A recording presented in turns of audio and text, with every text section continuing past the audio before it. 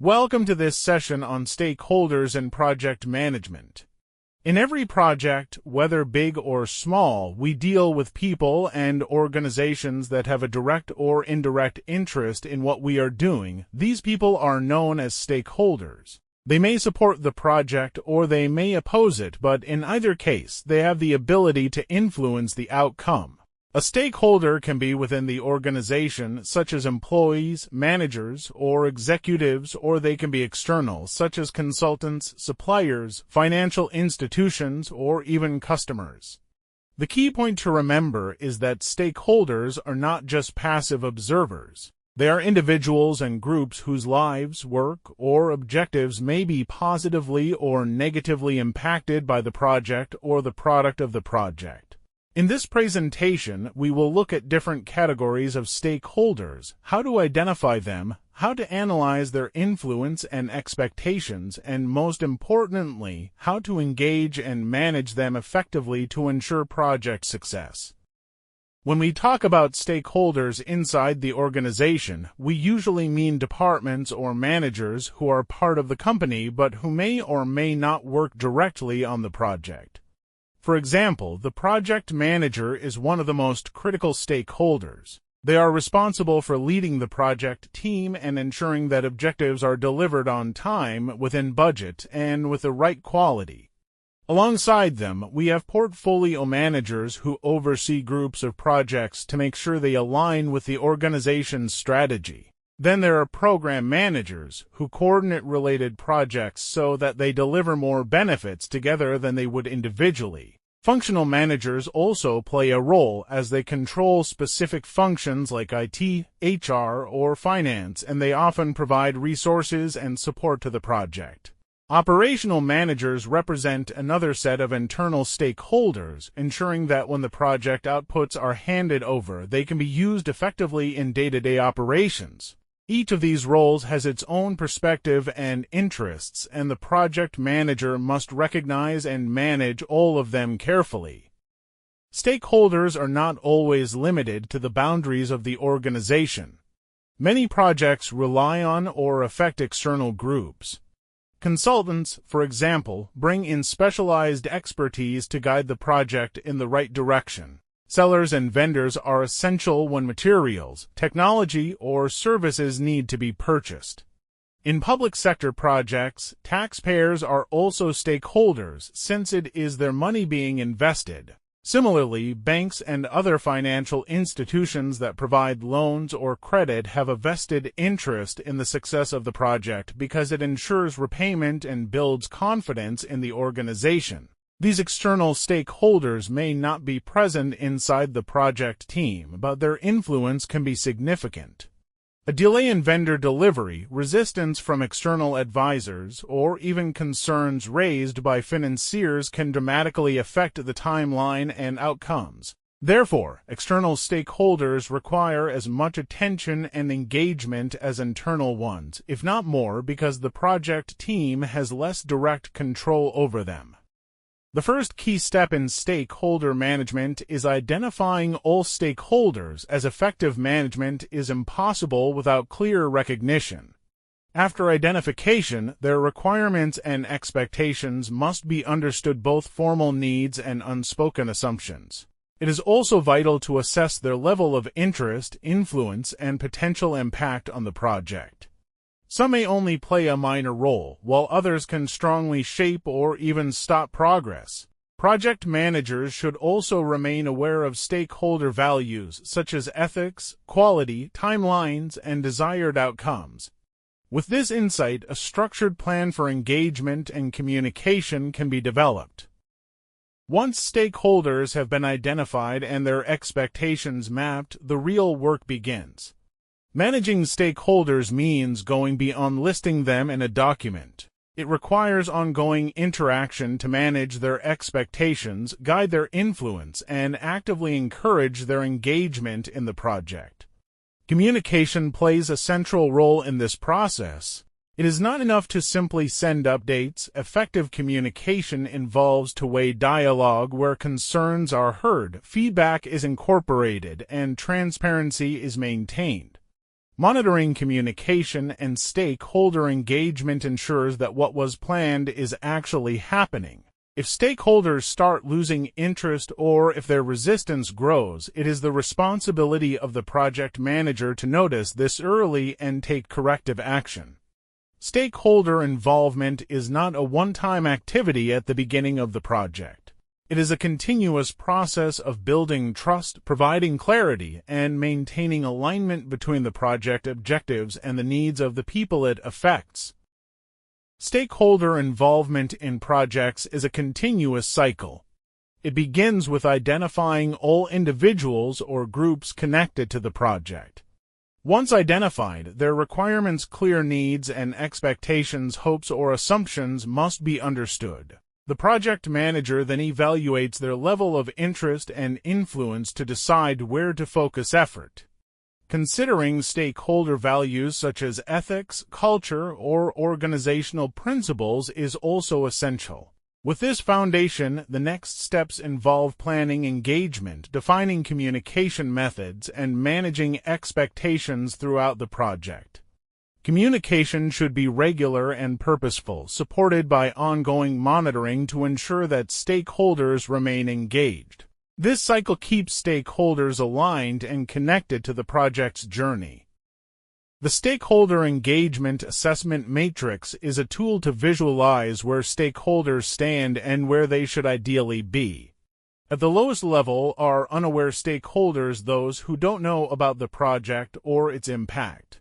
If ignored, their lack of awareness can cause issues later. Next are resistant stakeholders who know about the project but oppose it due to fear of change or disagreement with objectives. This resistance is common in projects involving new systems or cultural shifts.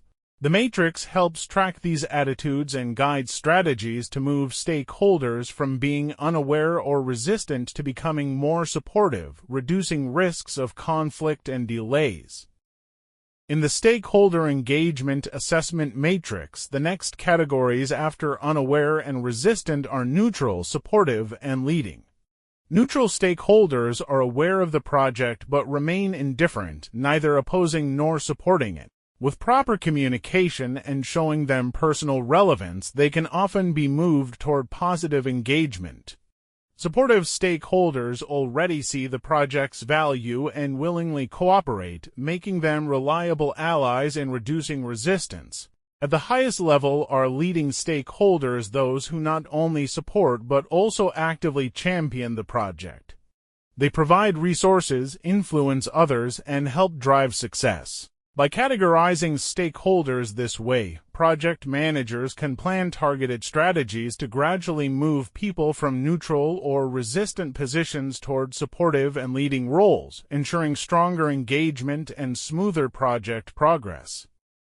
To make this concept more practical, the Stakeholder Engagement Assessment Matrix is often represented in a table.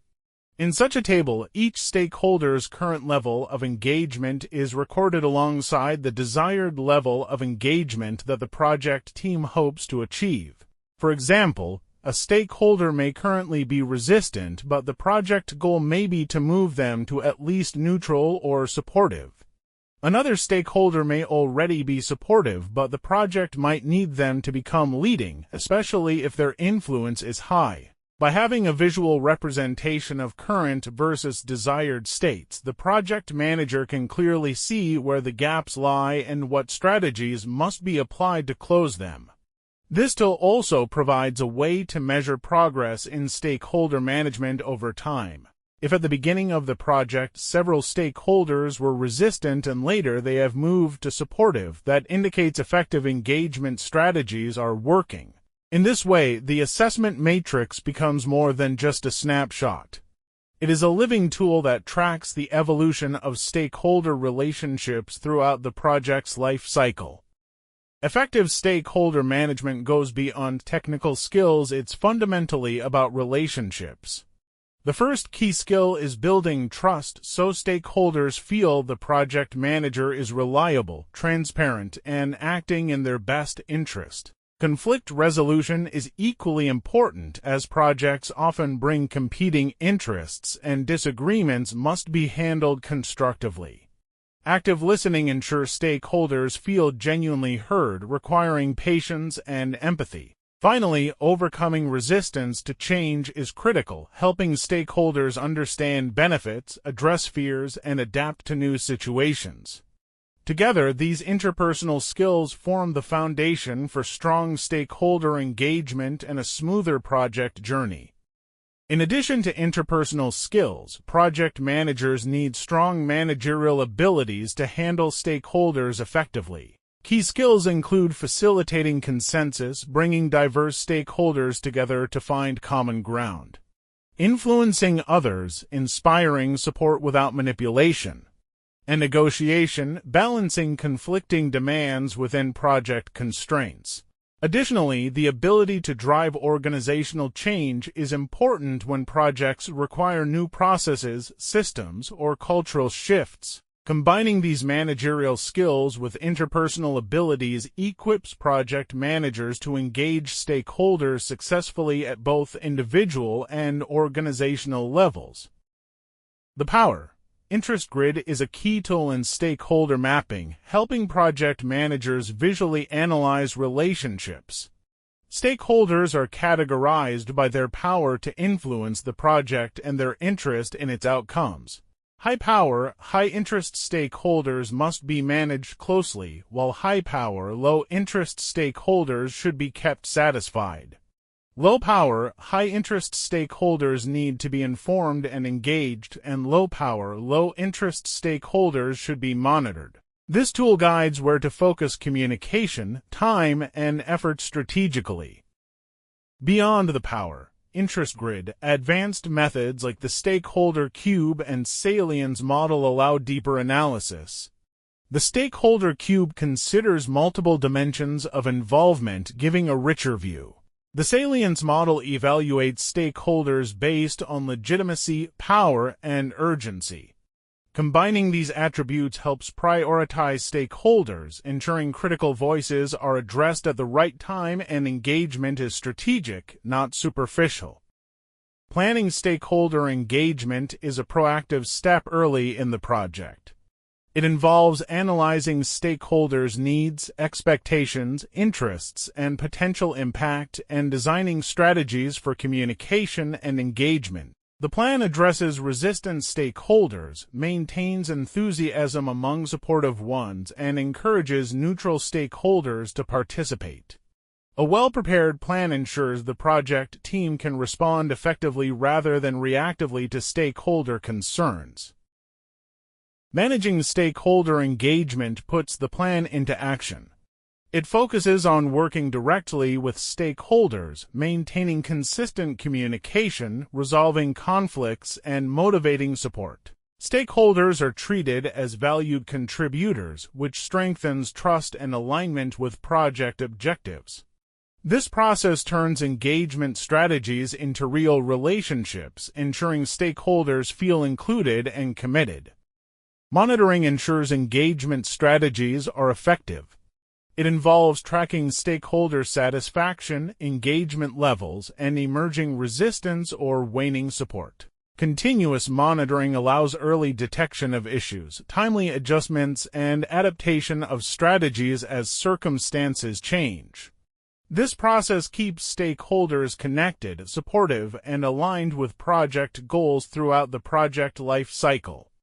In practice, stakeholder engagement involves daily actions, frequent, honest communication, involvement in decisions, and flexibility in communication styles.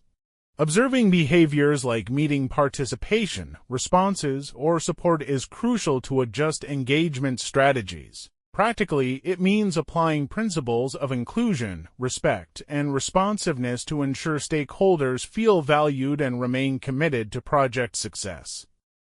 Stakeholder engagement is a continuous cycle. It starts with identification and analysis, moves to planning and strategy development, continues with active management, and requires ongoing monitoring. Each stage builds on the previous one, ensuring stakeholders remain informed, involved, and aligned with objectives. Strong engagement is essential because even technically sound projects can fail without stakeholder support. Effective engagement increases support, resolves challenges, and enhances the likelihood of project success.